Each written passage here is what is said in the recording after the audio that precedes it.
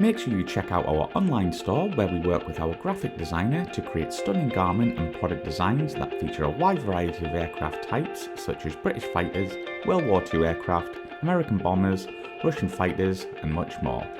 You can pick your favourite designs and personalise any items within our Redbubble store that range from clothing right the way through to stationery. All of our designs feature our logo so you can show your support for the channel while getting a quality product.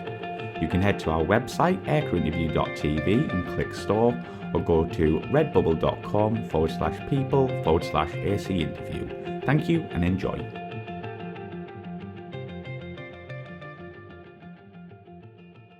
Black, when did you first become interested in aviation?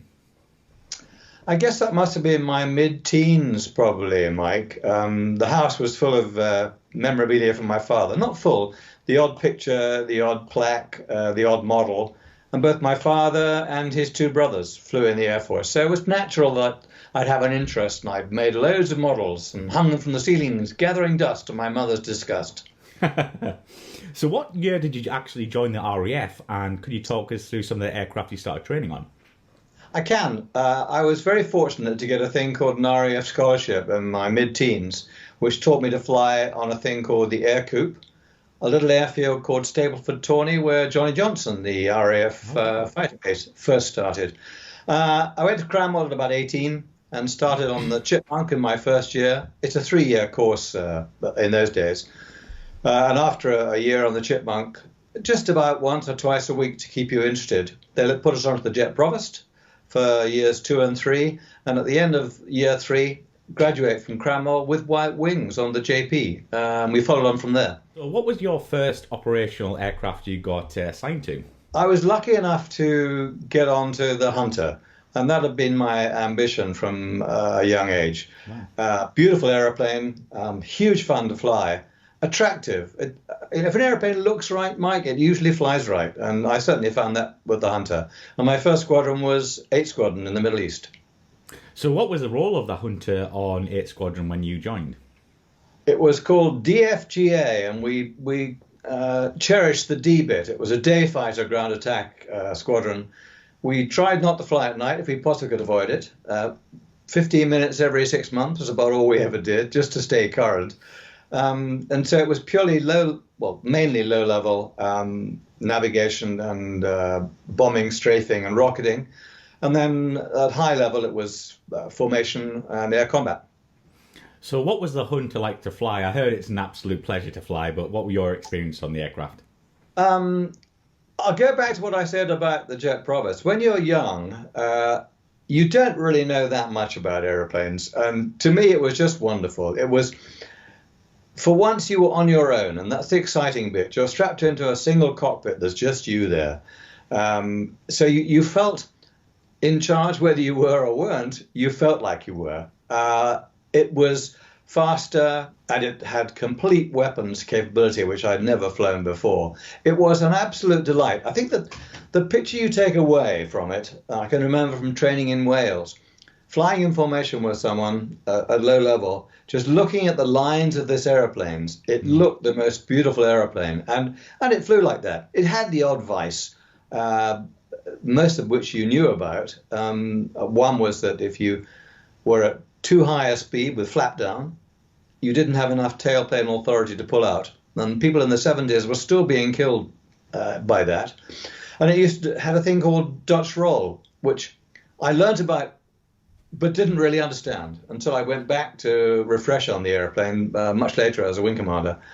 So, what I said earlier is quite true, that when you're learning to fly and you're naive, it's just huge fun.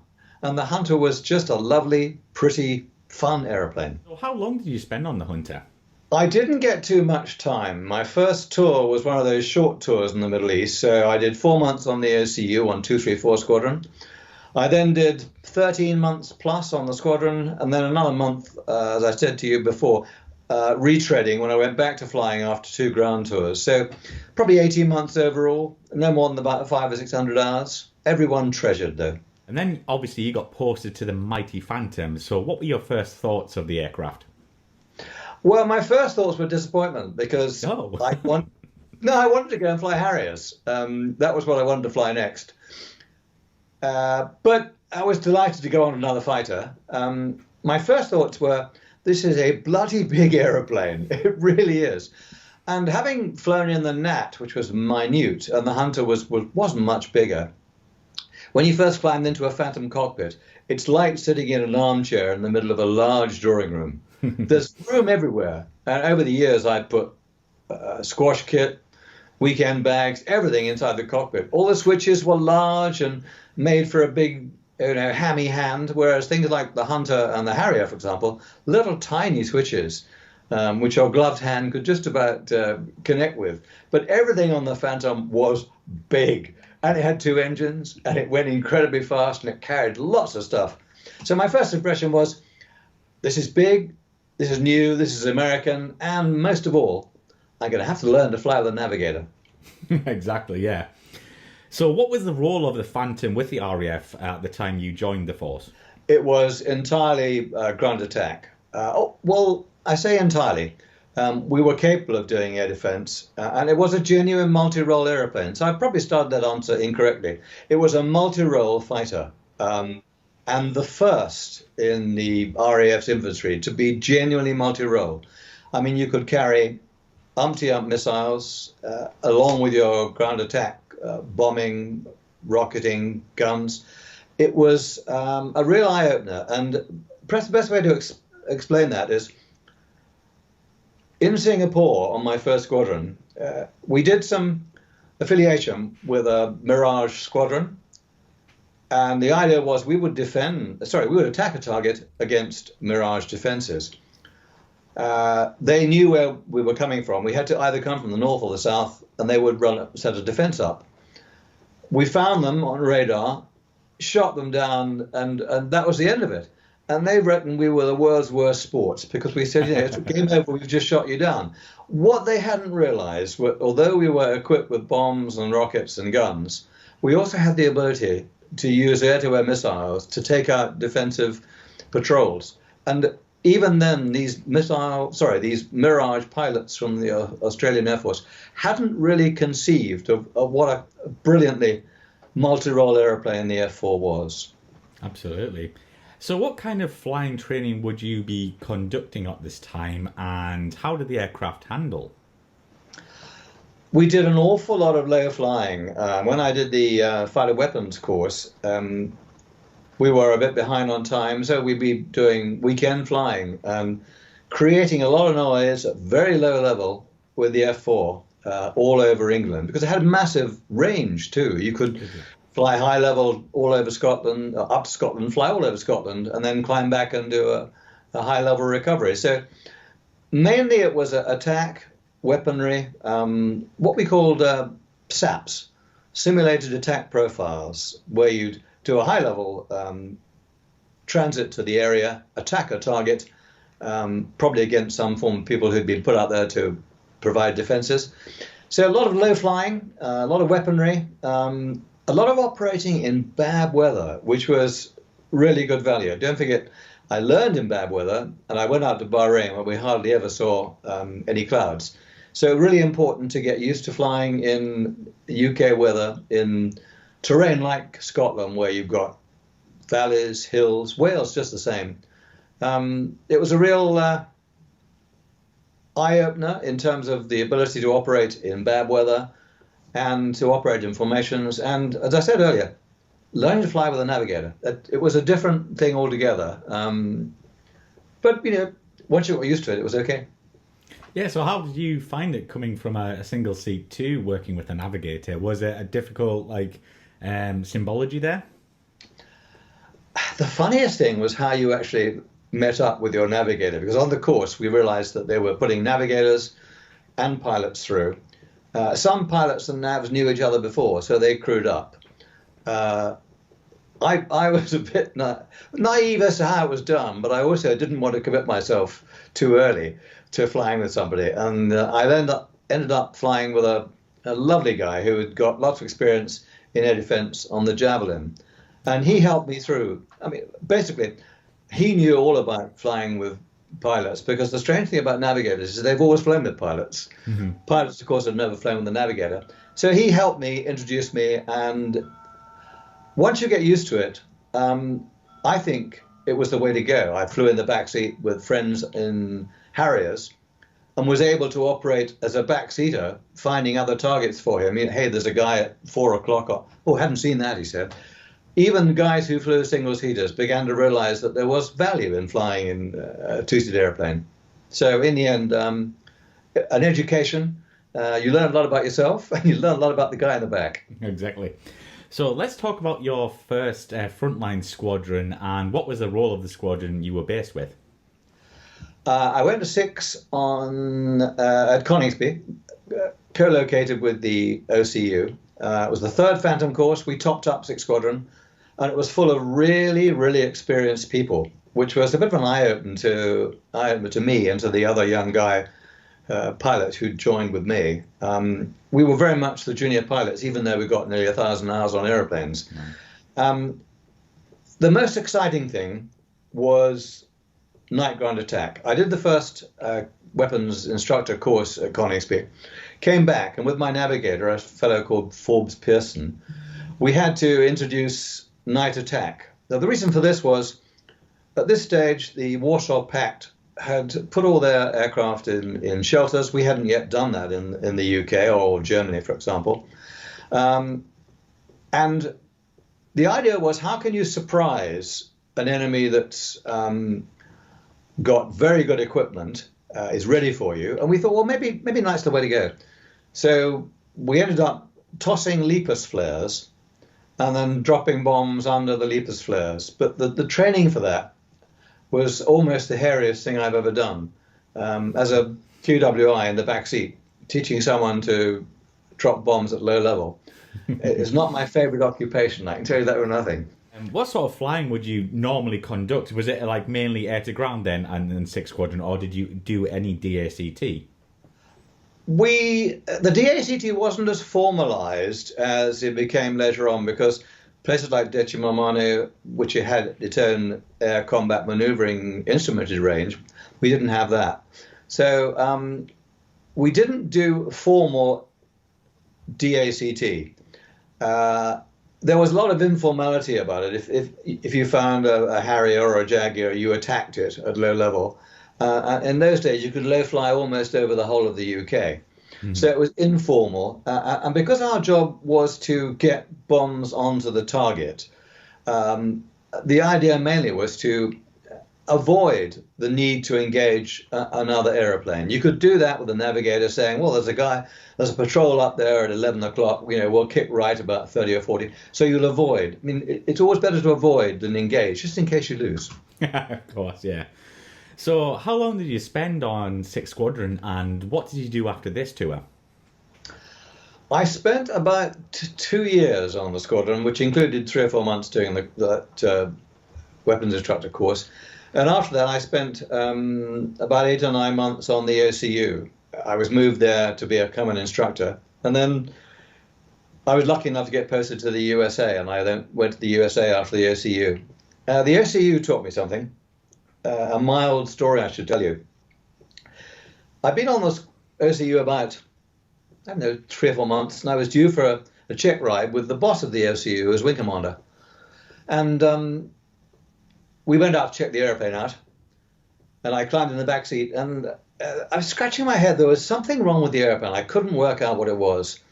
I cranked it, did everything I had to, turned on the electronics, started to fire up the navigation system, which was inertial. And then I realized what was wrong. There was no stick in the back. And usually in a two-seater, you could put the stick in and take it out again. So I got out of the airplane and went back to the dispersal area. And the boss said, "What are you doing here?" I said, "The airplane's US." "Why is that?" "It's got no stick in the back. We can't take it." He said, "No, come on, just up in the back. We'll take it." At that stage, I thought, I don't really want to do this.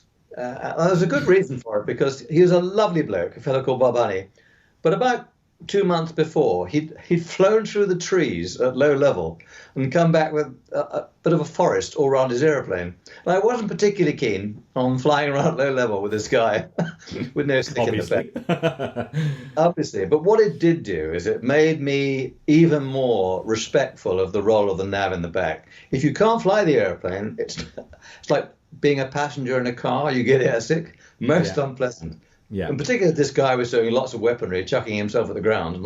I could do nothing about it except babble heights and speeds and what have you. Yeah, we're here to talk about, for the part one anyway, your time with the US Air Force. So talk us how that US Air Force exchange came about. Each year, when you wrote an annual report, you could suggest where you'd like to be posted next. So ever since I didn't get onto Harriers, I'd written America, America, America. I just wanted to have the experience. And it wasn't just the flying. I thought it would be nice to spend time in America.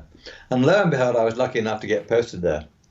My first posting was to the weapons school at Nellis.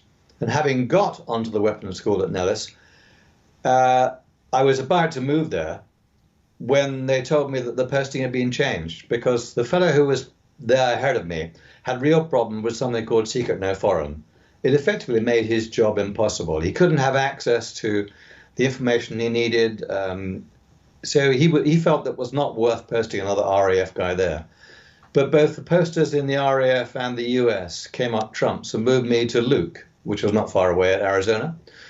And so I went to Arizona, and the first thing I had to do was to spend 2 or 3 months on what's called the IP training squadron, the 310th TFTS. Mm-hmm. And once they anoint you as an instructor, even though you've done it before, you can then move on to the squadron I wanted to be on, which was teaching people who just got their wings in the US Air Force how to fly the Phantom. So I went to something called the 550th. Yeah, so what model of Phantom were the 550th flying at that time?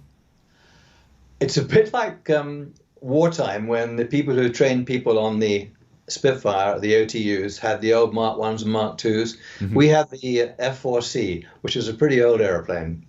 Dusty, old. It worked, it was fine, but it got plenty of hours behind it. It wasn't the most modern version around.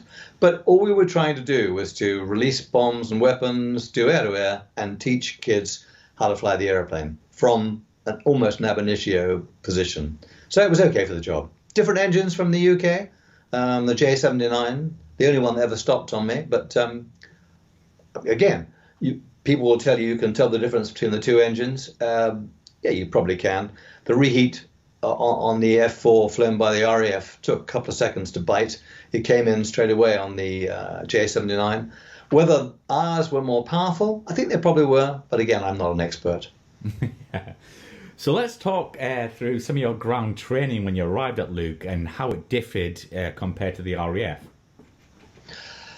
I suppose the biggest difference, Mike, was that a lot of flying in America is done almost by rote. Excuse me. Yeah. You learn, each sortie has a sort of pattern to it. There are regulations that apply to all your flying. And rather than learn too much about the airplane, because internally it wasn't much different, so I knew enough about the airplane, I'd learn a bit more about the engine, but that was about it, really. You could almost describe American flying as procedural, well, more procedural than ours was in the UK. So what I had to learn most of all were the US regulations, and they were that thick. Pages and pages and pages of them. And each year you're examined by Stanival, and it wasn't just whether you could fly the airplane and instruct, it's whether you knew all the details. And I've never had a very good memory, so I wasn't great at that. Could you actually tell the power difference on a reheat takeoff compared to the FGR2, for instance? I think you probably could. I'd stand to be corrected by experts, but I'd suggest that you probably had more power on takeoff on the FGR2. It just felt that way. But unless you could jump from one aeroplane to the next, I think it's impossible to really offer a proper answer to that question. So you couldn't, once you were in the training and flying, you couldn't tell the difference between the handling between our FGR2s to the C model? Now, what you could tell was whether you've got an FGR2 coming towards you or whether you've got an F4C, because the F4C engine smoked. Smoked, yeah. And a friend of mine taught me that. He says, "Watch me, I'm about to go invisible." And you could see his smoke, and he was somewhere away. And he banged it into afterburner, and the smoke goes away. Yeah. You know, only works one time going invisible, though. Exactly, yeah. So how long was your ground training before you actually got into the air and started, training students? The ground training was just a matter of a few days as part of my conversion on the 310th Squadron to becoming what's called an IP. And I was converted by a guy called Dave Barron, who was acting as a sort of flying instructor. And I'd flown with him on 6th Squadron, so he knew me. Oh, wow. Okay. So obviously, once you were qualified as an instructor, you mentioned all the rules there, but what was like your day-to-day flying curriculum? Like, was it like every day, was it set, as you say, there's so many rules, or could you go up one day, then the morning and say like, right, we're going to do this, or was it all pre-planned days before? The best way to answer that is to talk about what happened at the end of every day. Okay. And I'll get round to answering your question. One of the differences between the US squadrons and our own was we had a beer machine. And in Arizona, the temperatures were incredibly hot. And one of the top three, that's the boss, the ops officer, and the deputy officer, had the key to the beer machine. And he could open it when he deemed it was appropriate. Right. Once flying was done for the day, we go and have a beer, and we sit in the scheduler's office, which was a huge room. And in those days, we just used to use almost a chalkboard. And on that, we had the names of all the students, who flew with who needed what. And the schedulers had got a plan for the week, but they would adjust it day to day and say, this guy's having trouble. We need to change his instructor, or this guy needs a check ride because we don't think he's progressing very well, or this guy's okay, but maybe the instructor changes what he needs to take him to the next level. So they looked after the students extraordinarily well. And so the program was flexible, but I knew, for example, when I went home at night, what sorters I'd be flying the next day. Very little was ever off the cuff, unless someone dropped out and you filled their slot. So I could go and prepare a sortie the night before, put a chalkboard up in one of the briefing rooms so that I didn't have to come in at 4:30 in the morning to do it. Didn't like that. Yeah, I can imagine. And one of our the favourite subjects on our channel for our viewers is DACT. And I read in that chapter that you went up against the US Navy F5s, I think it was. Tell us about that and like what aircraft you went up on against and what was it like being a backseater when someone else is in charge of the stick? I did more DACT on 92, but as far as America's concerned, these were the very early days of the aggressor squadrons. And the highlight of any course's time on the squadron was the couple of weeks or so that they flew with the aggressor squadrons. These guys turned up with their aeroplanes painted like Russians. They knew all about Russian tactics. So it was an eye-opening period for the kids who were learning to fly. And they were T-38s. The great thing about the T-38 was that you could put somebody in the back, as tragically happened on one occasion when I was there, but I won't cover that now. So the first people we did DACT up against were the F5s, and it was partly matching your maneuvering ability against him, and partly learning other things. The first thing was how small something like an F5, which it went to become after the T-38, how small that T-38 is. So your range judgment is affected, and also when you could see the tactics that they employed, that was something you also had to learn as well. Mm-hmm. The informal DACT was against things like the F-100 Super Sabre, which didn't turn very well, but they had them at Davis Monthan, and we were if you happened to bump into one, you could have a bit of fun fighting against those. But that was the main part of the DACT we did there with the students. And as I say, it was a highlight for the kids and for us too, because I learned a hell of a lot. Absolutely. And did you ever get to drop or fire live weapons? We did fire live weapons, but I dropped them on 6. I dropped 1,000-pound bombs. I mean, there were so many surplus 1,000-pound bombs after the end of World War II. Yeah. We were always using them for demonstrations in Cyprus and what have you. But in America, we didn't drop any live weapons. We just used practice weapons. But of course, if you fire the gun, that's live rounds. So that's as live as you're going to get. And firing rockets are the same rockets you would fire in a conflict. The bombs were just substitute practice bombs. But they were the only weapons we used in America. Mm-hmm. So being an instructor, could you tell where a student's talents lied, like air to ground, air to air, etc.? That's a very good question. I think what happens when you've got a student, you look first of all to see where they can actually handle the aeroplane. I mean, pure stick and rudder, mechanical skills. But often the problem is, does he think fast enough? Is he aware of the air picture? There's a thing called airmanship, which embraces almost everything you do in the cockpit. Yeah. And it's probably made up of stick and rudder skills, ability to look ahead and think outside the box almost, and to anticipate. And initially, all you're looking for is the guy safe? Does he fly the airplane safely? And that's okay. And if he's okay from there, then can he develop? Can he apply the airplane? And applying the airplane, the obvious way is to use it in terms of weaponry. Also, can he air to air? Can he see situations? Can he see angles? Can he see different energy states? I mean, the guy's had his nose up there for so long, he's going to be out of energy fairly soon. Does he appreciate that, and what's going to follow from that? So what makes a competent pilot, it's any number of little factors.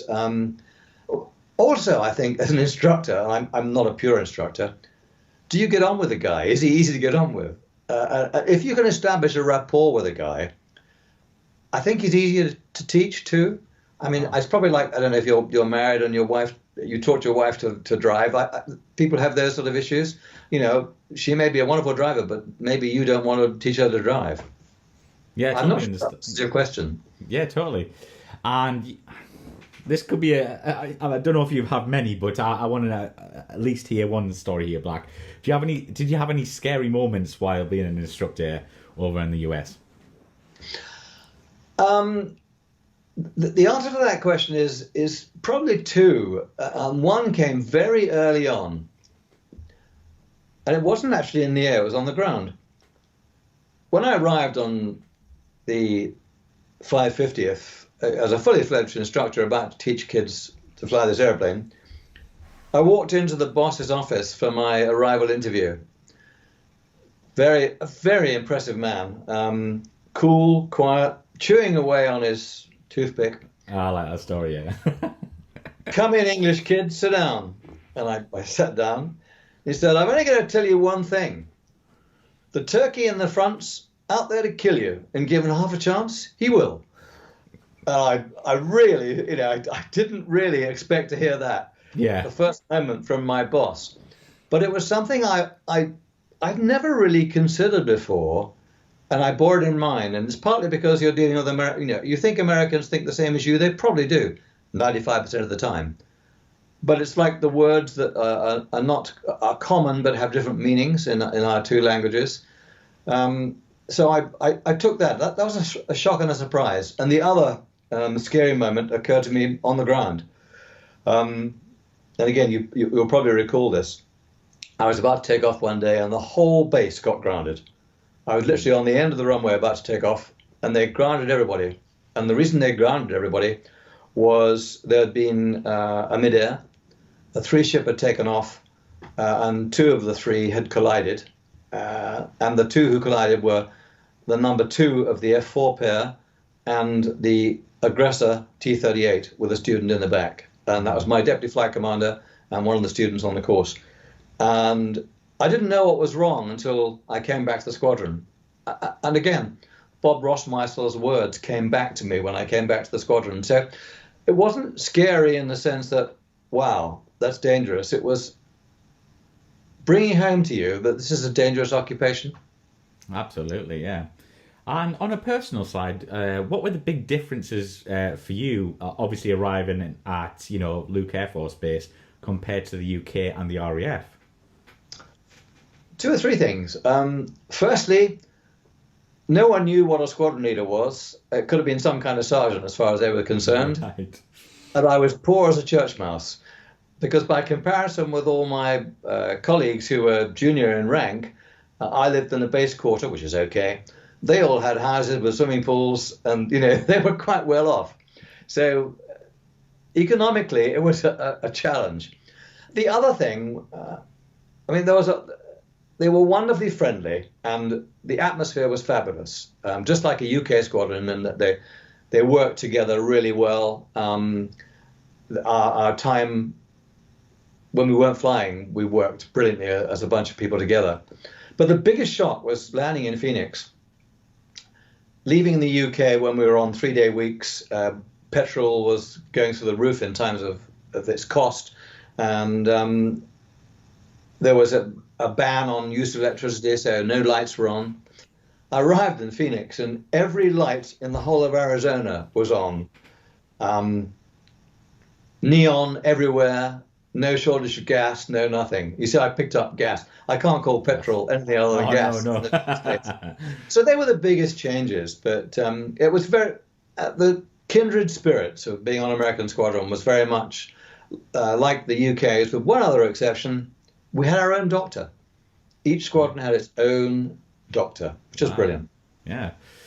And was there much banter between, obviously you being a Brit and the RAF, between you and the US Air Force? And was there much chat between their version of the Phantom and our version of the Phantom when you were over there? No, they personalised it. I mean, they live on banter. As you probably know, squadrons live on banter, and a great delight in referring to me as HBMR, Her Britannic Majesty's representative. And also because, I don't know if you've seen American handwriting, most American handwriting isn't as legible as ours. One of the things I was taught as a kid was to write neatly, and I could write neatly on a chalkboard. I'd done lots of it as an instructor. So I got my leg pulled unmercifully because I could write neatly on the blackboard. I was regarded as a reincarnated typewriter.